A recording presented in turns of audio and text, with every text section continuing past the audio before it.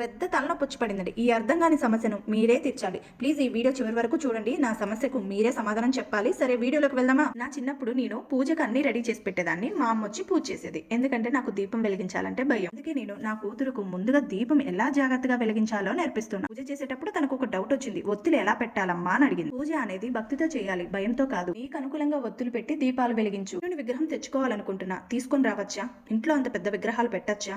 ఏ దిక్కున పెట్టమంటారు అని ఒక సిస్టర్ కామెంట్ లో అడిగింది. పరమాత్ముడు లేని ప్లేస్ చెప్పండి, అన్ని మూలలా ఆయనే ఉంటాడు. మీకు వీలుగా ఉండే చోటు చూసి పెట్టండి. ఇలాగే చాలా మందికి డౌట్ ఉంటుంది, పెద్ద పెద్ద విగ్రహాలను తెచ్చి ఇంట్లో పెట్టుకోవచ్చా అని. అన్ని విగ్రహాలు ఏమో కానీ కృష్ణుని మాత్రం ఎటువంటి భయం లేకుండా ఇంటికి తీసుకురావచ్చు. సరే నేను ఇంతకీ ఏం చేస్తున్నానంటే, ఏదైనా బ్లౌజ్ పీస్ ని ఇలా వెయ్యమని ఒక సిస్టర్ ఇన్స్టాగ్రామ్ లో మెసేజ్ చేశారు. వీడియో కూడా పంపించారు వాళ్ళ విగ్రహాన్ని. చాలా థ్యాంక్స్ అండి. కృష్ణుడికి ఇలా వేసిన తర్వాత ఇంకా అందం వచ్చింది. సరే మీకు ఎలా అనిపిస్తుంది మా కృష్ణుని చూస్తుంటే? ఇప్పుడు నాకు వచ్చిన సమస్య గురించి చెప్తాను. నేను ఇల్లు మారాలనుకుంటున్నాను కదా, మీ అందరికీ తెలిసిందే కదా. సరే నేను కొత్తగా విన్న విషయం ఏంటంటే, మనకి ఇల్లు కట్టుకోవాలని కోరిక ఉంటే గనక అద్దె ఇంట్లో పాలు పొంగించకూడదంట. ఇది చాలా కొత్తగా ఉంది నాకు వినటానికి. కొత్తిల్లైనా పాతిల్లైనా పాలు పొంగించకుండా ఇంట్లోకి ఎలా వెళ్ళాలని అర్థం కావట్లేదండి. మనం ఏ ఇంట్లో అడుగు పెట్టినా ఆ ఇంట్లో మనం ఉంటాం కాబట్టి ధనధాన్య సంపదలతో వృద్ధి చెందాలని పాలైతే పొంగిస్తారు. నాకు తెలిసిన విషయం ఇది. ఇప్పుడు విన్న కొత్త విషయానికి పాలు పొంగించాలా లేదా అన్నది పెద్ద తలనొప్పిగా మారిపోయింది. అందుకే మిమ్మల్ని సలహా అడుగుతున్నానండి. ఏం చేయమంటారో చెప్పండి. అద్దె ఇంట్లో పాలు పొంగించినా వద్దా?